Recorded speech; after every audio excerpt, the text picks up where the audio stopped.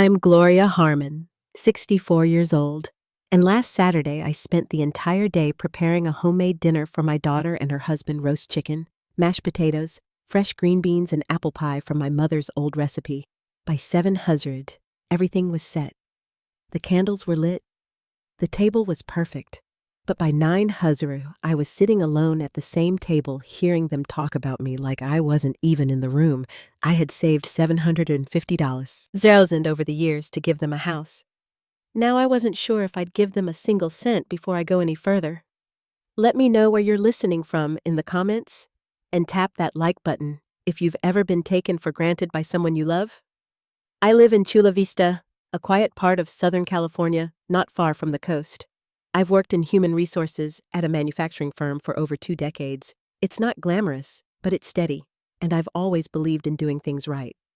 My parents raised me to be practical and polite. You finish what you start, you don't waste.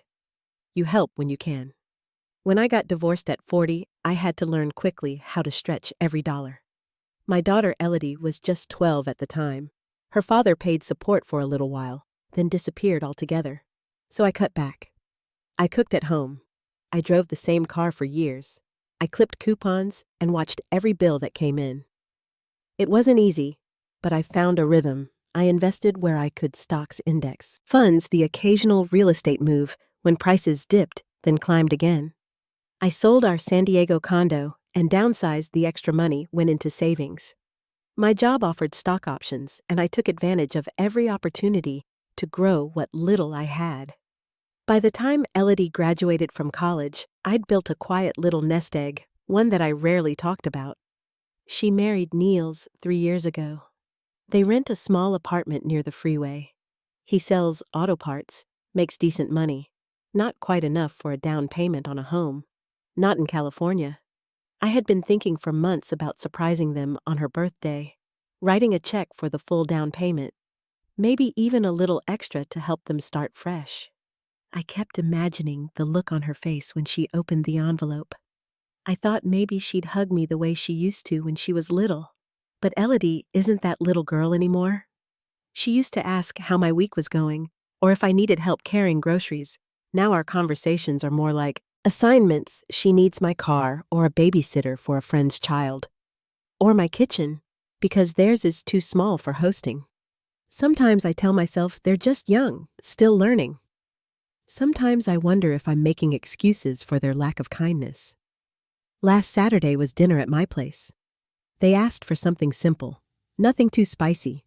No chicken skin mashed potatoes, with no lumps, and please no paper napkins. Niels says they're tacky, so I went out and bought a new set of cloth ones, even picked up a $30 bottle of wine. Not because I drink, but because I wanted everything to feel special. They arrived right at 7. Elodie walked in and asked if the air conditioning was on. Said it was too stuffy.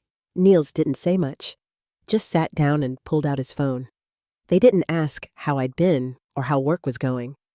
They wanted wine and dinner and space to talk about their week. I served them everything hot and ready. Elodie picked at her salad. Niels complained. The potatoes were too dry. He hadn't tasted them yet, but she backed him up anyway. I ended up boiling rice just to keep the peace. And then as they ate, they started talking. Not to me, but about me. They talked about my house, how small it was, about my dishes, how plain everything looked. They laughed about my old car, my job at the factory, my habit of saving money, like it was a personal flaw. Elodie said, I never had ambition, that I was always too thrifty. Niels called me submissive, like I just did whatever anyone asked without question. And they said it all right there in my kitchen as if I were invisible. When dinner was over, Elodie asked if I could help them pack tomorrow. They wanted to move some winter clothes to Niels' parents' cabin. She didn't seem to notice that I hadn't said a word in 20 minutes. I told her I'd think about it.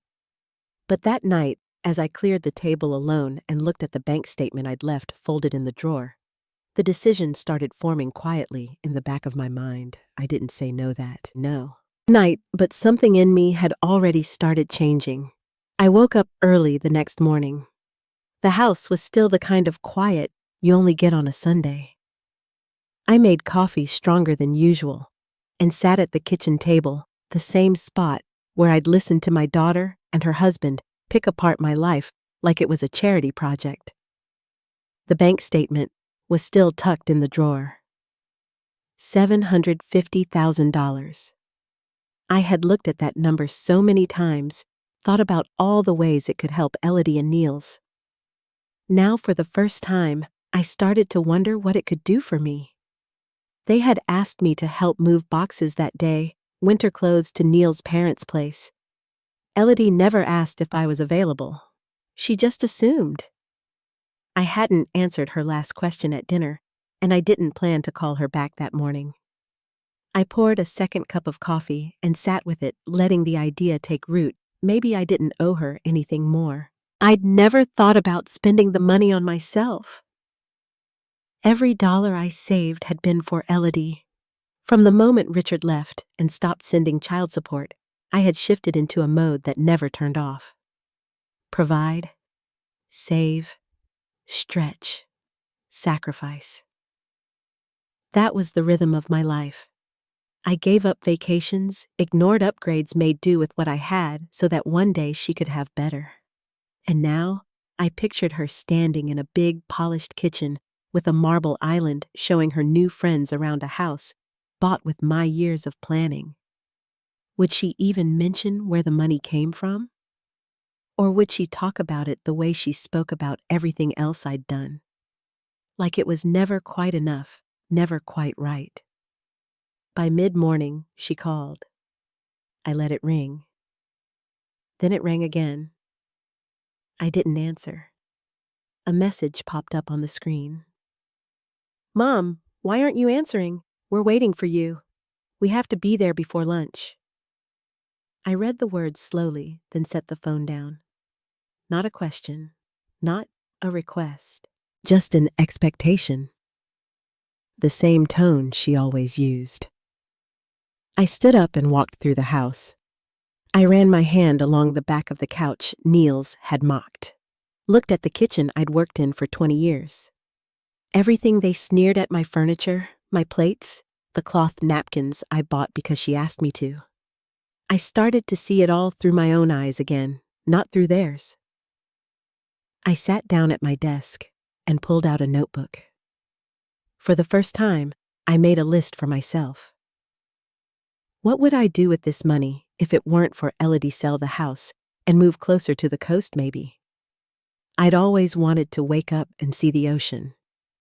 Or finally take that trip to Italy, Florence, Venice, Rome.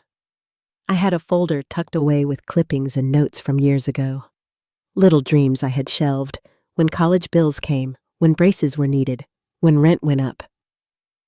A few minutes later, another message came. What things do you have to do? It's your day off. We were counting on you. I didn't answer that one either. I turned off the sound on my phone and kept writing. By the afternoon, I had filled 2 pages. A list of things I hadn't let myself imagine before. New windows for the house. An updated kitchen not because it was old, but because I wanted it to reflect what I liked. Better lighting. A bathtub deep enough to soak in at the end of a long day. I even looked up community college classes nearby. There were beginner Italian courses offered in the evenings just a few miles away. I didn't feel angry. I felt clear, calm, like I'd stepped out of something that had been clouding my vision for years. I had given Elodie everything I could, and now I wanted to give something to myself. The calls stopped by late afternoon, but the silence didn't feel cold. It felt clean. I went to the grocery store, picked up what I liked, made a simple dinner. I didn't rush. I didn't check my phone. I watched the sun go down from the back porch, wrapped in a sweater I hadn't worn in years. On Tuesday, while I was stirring soup at the stove, the phone rang again. I let it ring twice, then picked it up. It was Elodie. Her voice was brighter than usual, upbeat. "Mom, I have amazing news," she said.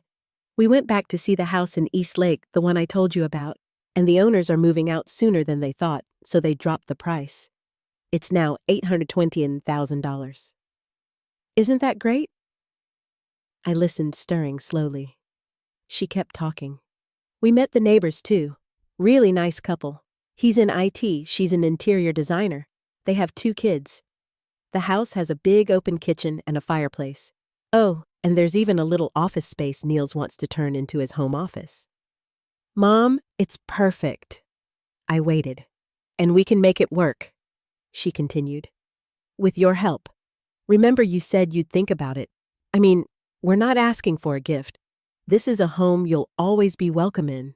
Holidays, dinners, just imagine how lovely it'll be to gather in a real space. She paused, waiting for my response. Elodie, I said quietly. I never made any promises about money. There was a long pause on her end. Come on, Mom. You know we're counting on you. You have the savings, and this is for our future. It's not a splurge, it's an investment.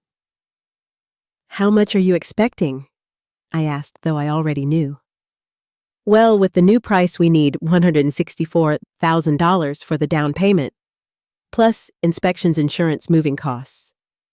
Maybe a little cushion for the first few months. About $225,000 to $1,000 total. I leaned against the counter and looked out the window. She went on. And we're not ungrateful. We're not just asking for a handout.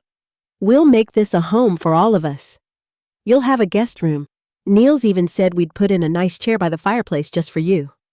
I let her words settle. Elodie, I said I have the money, but I'm not going to give it to you.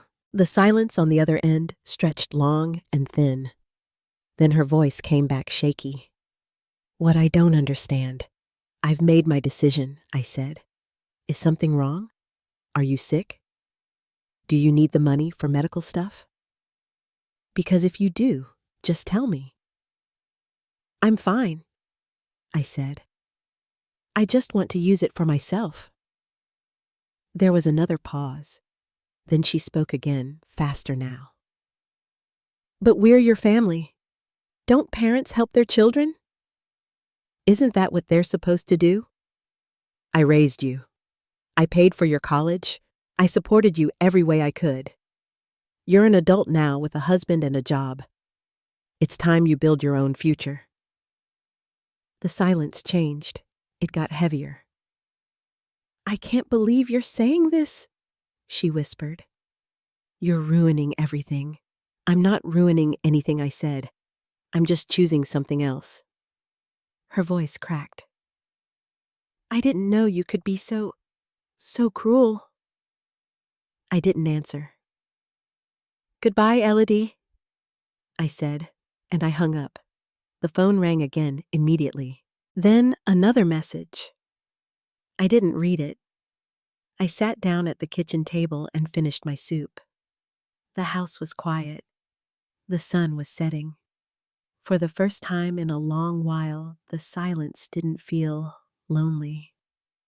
It felt like the beginning of something new. The phone didn't ring again that night. I put it in the drawer and left it there. I wasn't ready to hear more. Not apologies, not arguments, not one more sentence that made me feel like a transaction. I spent the rest of the evening folding laundry, wiping down the counters, putting things away. My hands stayed busy, but my mind didn't race the way it used to. It was quiet still, like something had been turned off. The next morning, I sat with my coffee and stared out the kitchen window. It had rained a little overnight. The sky was clearing now, pale blue between the clouds. I looked down at the bank statement still on the table. $750,000. It had always been a number for someone else. Something saved, something given, something promised. That morning, it felt different. That morning, it felt like mine. I started with small things. I pulled out the list I'd written on Sunday and added to it. I called the community college 2 miles away and asked about their Italian language courses. The woman on the phone was cheerful, said registration was still open for the spring session. Classes were Tuesday and Thursday nights, and there was space. I signed up without hesitation. It had been decades since I'd taken a class, but I remembered how to be a student. In the afternoon, I drove to the travel agency just past the shopping center on 3rd Avenue. It was a quiet place with soft music playing and glossy posters of Europe on the walls. A woman close to my age, Carol, greeted me at the front desk. She asked what I had in mind, and I told her Italy. Not a rushed tour with bus stops and boxed lunches. I wanted time, space, a slower way to see the world. She smiled and pulled out a binder. We went through options together: small hotels, city passes, train schedules. 3 weeks across the northern cities: Rome, Florence, Venice, then up to the lakes. No tour groups. Just me, a map, and the space to move at my own pace. I booked the trip for early May. I paid the deposit and left with a folder of documents and a printed itinerary. It was the first time I had ever done something like that. I carried the folder the way someone else might carry flowers. Back home, I spread the materials across the kitchen table and circled each city on a paper map. I wrote down museums I wanted to see, churches I had read about, small restaurants mentioned in guidebooks. I checked library books out on Italian art. I watched videos about train travel in Europe. I didn't tell anyone what I was doing, not my coworkers, not my neighbors, not Elodie. She didn't call that Monday or Tuesday. But Wednesday evening, as I was walking out of class, I saw her name light up on my phone. I let it go to voicemail. I didn't listen to the message. I drove home, made myself a sandwich, and sat on the porch with a blanket and a book. The air was cool, and the sky had turned that soft orange color you only get for a few minutes in spring. Later that week, I started going through my closet, not to purge, just to take stock. I made a list of what I might need for the trip: comfortable shoes, light clothes for warm weather, a suitcase with wheels. On Saturday, I went to the mall for the first time in months. I walked slowly, tried things on, took my time. At the register, the woman asked if I was going somewhere special. I told her I was going to Italy in May. She smiled and said she hoped I'd send a postcard. On Sunday afternoon, I walked into the living room and found a letter sticking out of the mailbox slot.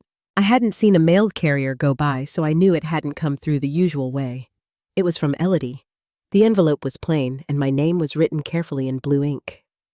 I opened it at the kitchen table. It was 2 pages long.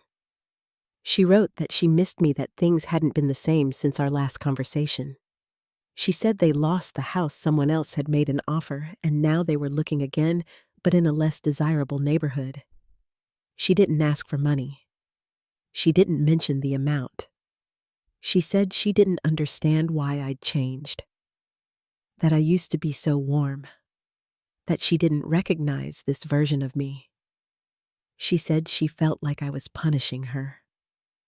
I folded the letter and set it aside. I didn't answer. That week, I finalized a few things for the trip. I updated my passport. I called the bank and ordered a travel card. The manager who helped me looked through my account history and told me I had one of the cleanest financial records he'd seen in years. He asked if I had worked in finance. I smiled and said no, just human resources. "Well, whatever you're doing," he said, "you're doing it right." On Thursday evening after class, I stopped by a bookstore in San Diego and picked up a new Italian phrase book and a guide to Florence. I took my time browsing. There were people of all ages around me, flipping through travel books, picking up maps. A young woman asked me if I had been before. I told her no, that this was my first time. She said she'd gone 2 summers ago with her aunt, and that it changed her life. Back home, I laid everything out on the coffee table. I flipped through the pages of the guidebook and stopped at a photo of the Duomo. The red dome glowed against the sky. I stared at it for a long time. I didn't know if Elodie would call again. I didn't know what she'd say if she did. But I knew this: I was going. I had made the decision, and it was mine alone. I set the guidebook aside and poured a cup of tea. The house was quiet. The kind of quiet that isn't lonely, just full of space. And in that space, something new was beginning to grow. The next morning, I made oatmeal and sat by the window while the sun climbed up past the rooftops. A breeze moved the curtains slightly. It had been a long time since I felt that kind of stillness, not just outside, but in me. I didn't check my phone. I didn't look for messages. I knew they were there, but nothing felt urgent anymore. After breakfast, I pulled the old step stool from the laundry room and climbed up to the top shelf of the hall closet. I hadn't looked through those boxes in years. One held Elodie's school papers, drawings, report cards, a Mother's Day card with a crayon heart. I set it aside. The other had my travel folder, the one I started after Richard left. Brochures, clippings from magazines, a few travel articles I'd torn out and tucked away. Places I'd always wanted to see. Florence, the Amalfi Coast. A handwritten list I'd made back then titled Someday. I carried the box into the kitchen and spread everything out on the table. I crossed off a few things that no longer appealed to me, hostels, backpacking, youth hostels, but most of the list still held something. I opened my laptop and started looking again. I adjusted the trip plan. I added 2 more nights in Venice and made a note to book a walking tour of the Uffizi in Florence. I reserved a hotel near the Spanish Steps for the last few nights in Rome. I checked reviews. I saved maps. The hours passed without me noticing. That evening, I went out to the garden and trimmed the hedges along the back fence. It wasn't something I usually did on a weeknight, but I felt like being outside. The air was cool and the sky had that soft glow that comes just before dusk. I stood there for a while, with the clippers still in my hand, just listening to the quiet. On Saturday, I drove to La Jolla and walked along the shoreline. I watched the waves roll in steady and clean. There were families with strollers, tourists with cameras, teenagers tossing a frisbee back and forth. I sat on a bench with a coffee and watched the tide for nearly an hour. I thought about the house I'd once imagined buying for Elodie. How I'd pictured her showing me around it room by room. How I'd wanted her to feel proud. Now I imagined something different. A smaller home maybe on a hill with an ocean view and room enough for just me. I pictured a quiet kitchen, windows that opened to let in the breeze, a front porch with space for a chair and a small table, somewhere I could sit in the morning with a book and not be interrupted. Later that afternoon, I stopped at a home goods store and wandered the aisles. I looked at Linen's cookware light fixtures. I didn't buy anything, but I wrote down a few ideas. A new lamp for the reading nook. A better set of kitchen knives. Not expensive things, just things chosen for me, not for someone else. Back at home, I cleaned out the second bedroom. I had always called it the guest room, though it hadn't been used much lately. I moved out the old dresser and vacuumed the baseboards. The room felt lighter after that. I opened the window and let the air move through it. I sat on the bed and looked at the sunlight on the floor. I didn't feel lonely.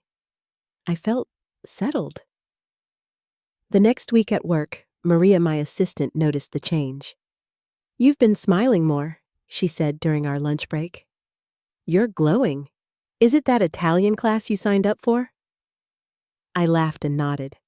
"Maybe. It's something new. Something I've wanted to do for a long time.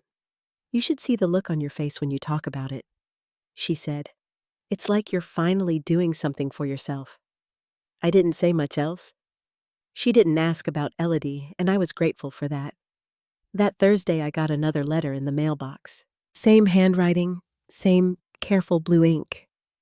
It was shorter than the first. Elodie wrote that she wanted to fix things. She said she missed our talks, that she hadn't realized how distant things had gotten between us.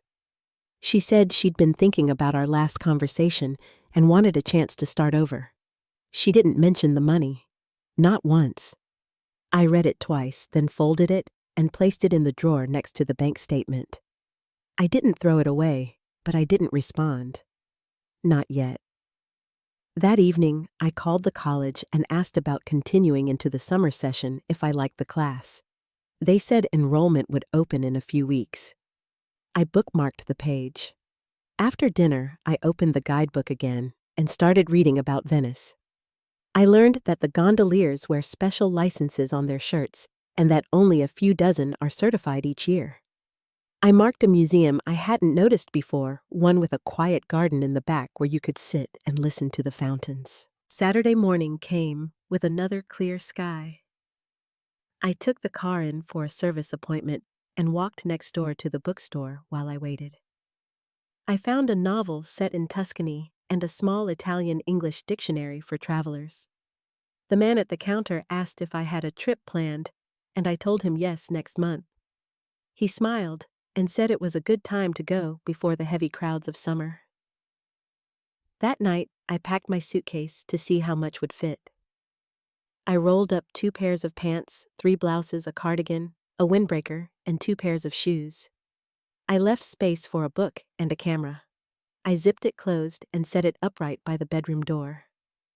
Just to see how it felt. The room was quiet. The house was still. Outside, the wind was starting to pick up, and I could hear the branches moving near the windows. For the first time in a long while, I felt ready. Not just for the trip, but for what came next. The day I left for Italy, the morning was still and quiet, like the world hadn't woken up yet. I stood in the driveway for a moment, suitcase upright beside me, and looked at the house. Nothing dramatic. No big goodbye. Just the soft thud of the trunk closing and the weight of the car keys in my hand. I locked the door, slid the spare key into the envelope I'd left with Maria at work, and drove toward the airport. The flight took off a little after noon. I watched the clouds peel back as the plane climbed.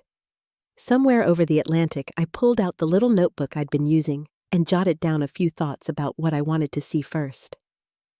The Sistine Chapel, a boat ride through the Venetian canals, a glass of wine on a side street somewhere. No one knew my name. By the time we landed, it was early morning in Rome. I moved slowly through the airport, still stiff from the flight. I followed the signs, passed through customs, found my bag. When I stepped outside, the air smelled different, warmer, dustier, sweet, in a way that reminded me of something I couldn't name. At the hotel, the woman at the front desk greeted me like she'd been expecting me all year. She handed me a paper map, marked the nearest cafes and markets, and wrote her name, Isabella, in neat handwriting on the corner. The room was small, but clean, with a window that looked down over a courtyard. I opened the shutters and stood there for a moment, taking it all in. Laughter drifted up from below. Someone was hanging laundry out on a balcony 2 floors down. I spent the next few days walking. I didn't rush. I didn't try to see everything. I wandered through piazzas, stopped for espresso, took pictures of doorways and crumbling stone fountains. I visited the museums I'd circled, sat in chapels with my hands folded quietly in my lap, listened to the echoes of footsteps on marble. I didn't speak much, but I smiled a lot. People were kind, especially when I tried my beginner Italian. In Florence, I found a bookstore tucked between a gelato shop and a florist. I spent almost an hour inside, flipping through translated novels and art books. I bought one and read the first 2 chapters on a bench outside the Duomo. It was warm enough that I had to take off my cardigan. I let the sun hit my face. For a long time, I didn't move. One night in Venice, I sat by the window of a restaurant and watched the canal light up with reflections. A gondola drifted by, its lantern swaying gently. The waiter brought me pasta with olives and lemon and poured a glass of white wine without asking. He called me Signora and said I looked peaceful. I thanked him. I didn't check my phone the entire time I was gone. I had it with me tucked into the side pocket of my bag, but I kept it on airplane mode. No texts, no missed calls, no voicemails blinking in the dark. I didn't want to know what was waiting back home. For once, the silence wasn't heavy. It was mine. On the last morning, I walked to a small chapel on the edge of town. It wasn't listed in the guidebooks. I had found it by accident while following a stray cat down an alleyway the day before. The doors were open. Inside, it was cool and quiet. I sat in the back pew and closed my eyes for a while. I didn't pray. I didn't speak. I just breathed. When I got back to San Diego, it was late. The sky was dark, and the streetlights cast long shadows across the front steps. I unlocked the door, rolled my suitcase inside, and stood in the entryway for a minute. The house smelled faintly of cedar and dust. Nothing had changed, but everything felt different. I set the kettle on unpacked, slowly folded the clothes I hadn't worn, and placed the books I'd bought on the coffee table. I flipped through the notebook, now half full, and reread the things I'd written on the flight there. I added one more line I liked who I was out there. 3 days after I returned, I stopped by the post office to pick up my held mail. The woman behind the counter handed me a stack. Bills, catalogs, a few postcards, and one letter from Elodie. It was postmarked 2 weeks earlier. I waited until I got home to open it. Inside was a short note. She wrote that they were struggling, that the apartment they found had mold, and that they might have to move again. She said she was sorry for how she'd handled things, and that she wished we could talk. She asked if I'd consider meeting her for lunch. There was no mention of the money, no request, just a return address. I didn't answer right away. I left the letter on the mantel and walked into the backyard to check on the plants. The rosemary had flowered while I was gone. The azaleas were fuller than I remembered. I watered them slowly, then came inside and washed my hands. That night, I opened my laptop and looked up Italian classes again. I signed up for the summer session. I marked the start date on the calendar. I didn't know what I would do about Elodie, but I knew one thing with complete clarity: I had made space for myself. And I wasn't going to give it up. It was a Tuesday when Elodie knocked on my door. I hadn't told her to come. I hadn't answered her letter. But there she was, standing just outside the screen, holding a canvas tote bag and looking like she hadn't slept. I opened the door slowly. Neither of us said anything at first.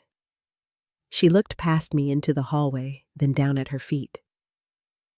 "I just needed to see you," she said. I stepped aside. She walked in quietly, like she remembered the creak in the floorboards. I offered her tea, and she nodded, still standing. I set the kettle on and pulled 2 mugs from the cabinet. We sat at the kitchen table. She didn't touch her tea. For a while, we talked about things that didn't matter. The weather, a neighbor's rose bushes, her classes. I listened. She spoke softly, choosing her words with care. Then finally, she folded her hands and said, "I want to explain what happened." I didn't interrupt. I just waited. She told me the money was gone. Not all at once, not in some dramatic way. Just chipped away bit by bit. They'd planned to move somewhere cheaper, but didn't. Then Zach lost a contract, and rent kept climbing. The credit cards started adding up. She said she was afraid to tell me, afraid I'd be disappointed. And then after that, ashamed. I should have said something, she said. But I thought I could fix it before you found out. Her voice cracked on the word fix. I looked at her, really looked, and saw how thin she'd gotten. Not unhealthy, but smaller somehow. As if life had worn her down around the edges. Why the withdrawal, I asked. Why without a word? She stared at the table. Zach said it was still mine, that I'd just be borrowing against it. He didn't think it mattered since I'd inherited eventually. I sat back. The kettle clicked off behind me, long since forgotten. I didn't raise my voice. I didn't ask more questions. The silence was enough to say what needed saying. She reached into her tote bag and pulled out an envelope. Inside was a check. Not for the full amount, but more than I expected. $25,000. It's what I could gather so far, she said. I started tutoring again. Nights and weekends. I sold some things. I didn't touch the check. She slid it across the table gently like it might break. Then she looked up at me. I know I can't undo what I did, but I wanted you to know I'm trying. She didn't ask to move back in. She didn't ask for forgiveness. She just asked if we could talk again sometime. I told her I'd think about it. I needed time. She nodded. No tears, no dramatics, just a quiet kind of acceptance. After she left, I stood by the window for a long time, watching her walk back to her car. She drove off without looking back. The next morning, I called my attorney. He'd handled Richard's estate after the divorce, and he still had my paperwork on file. I asked him to set up a formal trust. Not for Elodie, not this time. I asked him to structure something that could support women returning to school after the age of 50. A scholarship, maybe a small grant fund. Something quiet local. Something with structure, boundaries, and accountability. He said he'd draw up the paperwork and get back to me with details. I thanked him and hung up. That afternoon, I stopped by the bookstore again. The woman behind the counter recognized me from before my trip. I bought a journal and a pack of pens. I started writing that evening, nothing formal, just small entries. Observations? What the air smelled like. A line of dialogue I overheard at the market. A sentence about the rosemary blooming in the backyard. The check stayed in the drawer for now. I hadn't cashed it. I didn't know if I would. Maria stopped by the following week with a Tupperware of soup and a bag of fresh rolls.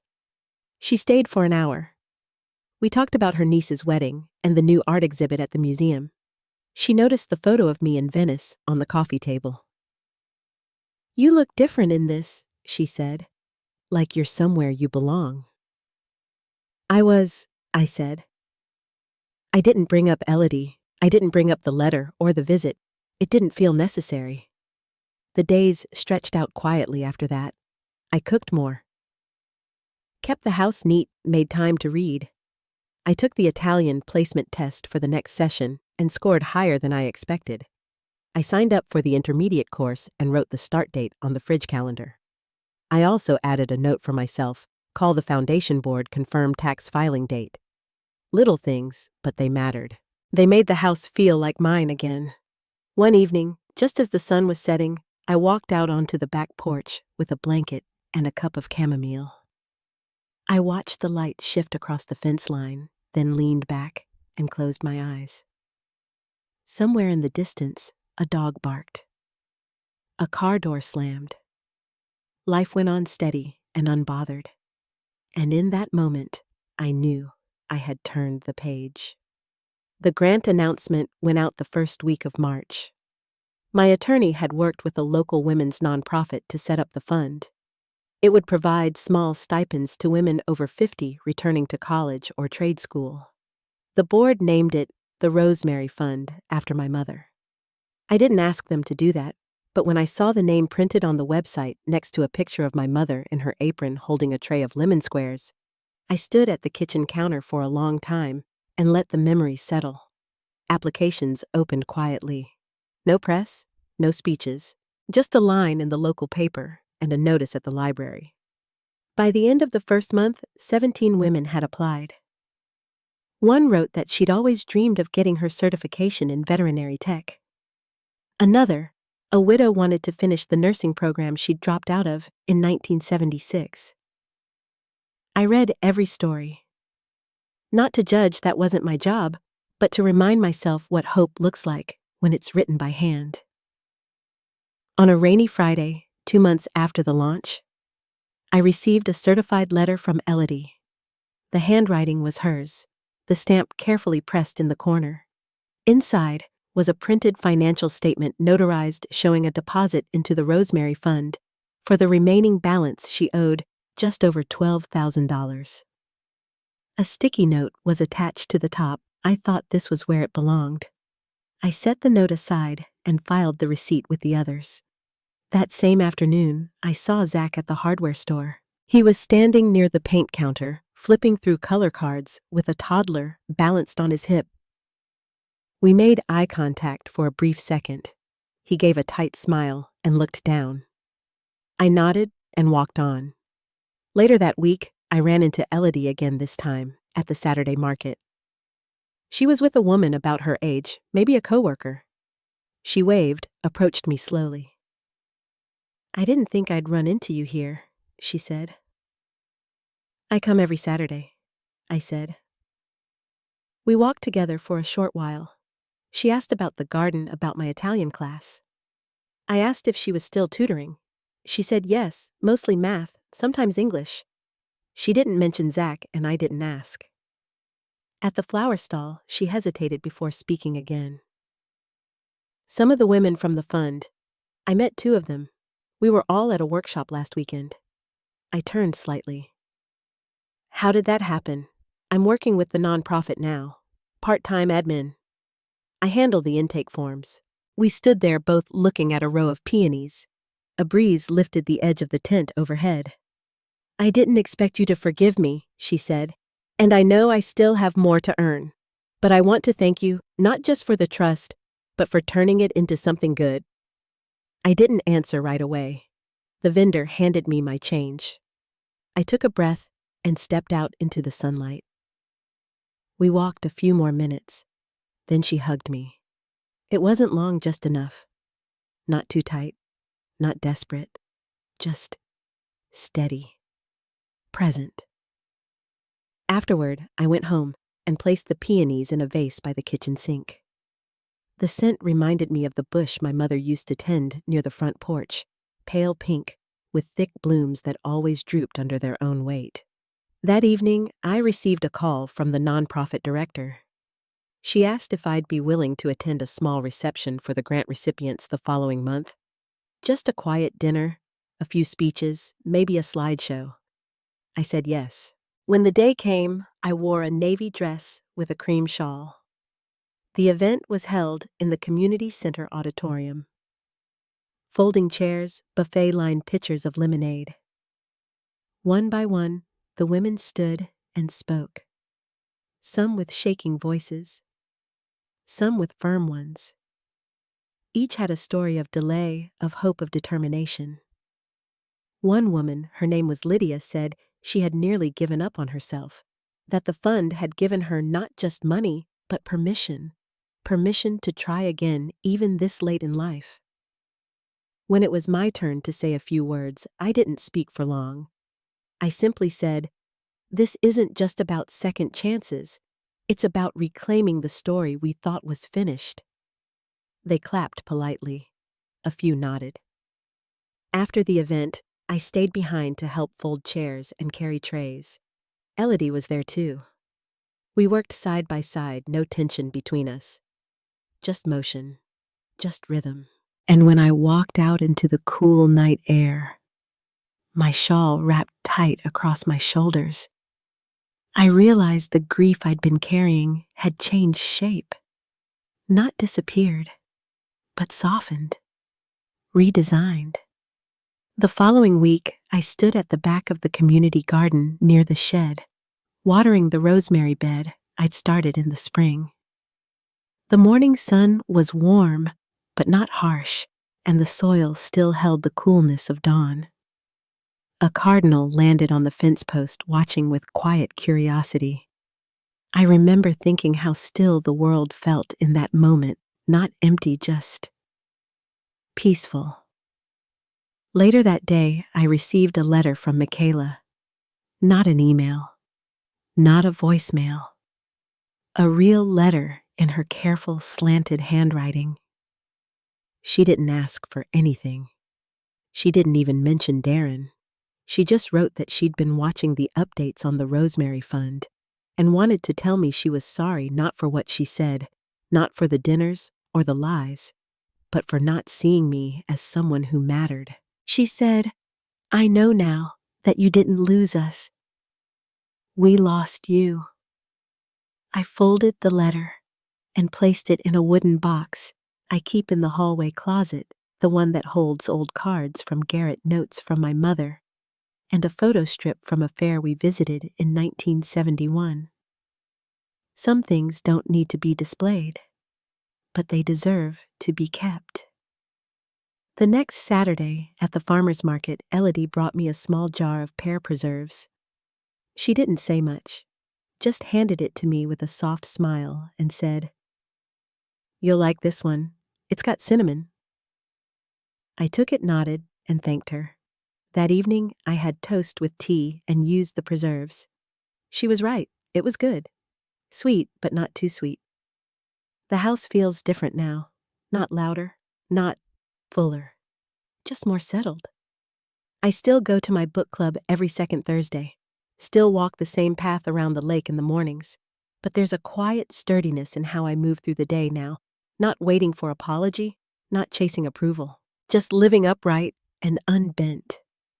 Sometimes when I look out the kitchen window toward the maple tree by the driveway, I think about how long it took me to understand that forgiveness isn't about letting someone back in. Sometimes it's just about letting the weight down, putting it someplace soft, and walking on without it. I never got a call from Darren. I don't expect one. That door didn't close with a slam. It just settled into its frame. And sometimes that's enough. The last woman from the grant's first round finished her training in early September. She sent a photo standing in scrubs, grinning wide in front of the clinic where she'd just been hired. I printed it and stuck it to the side of the fridge right next to the recipe card with my mother's handwriting faded but still legible. She would have liked this ending, I think. Not flashy, not perfect, but honest and earned.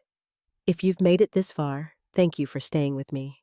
If this story reminded you of something in your own life or someone you've had to let go, I hope you'll share it in the comments.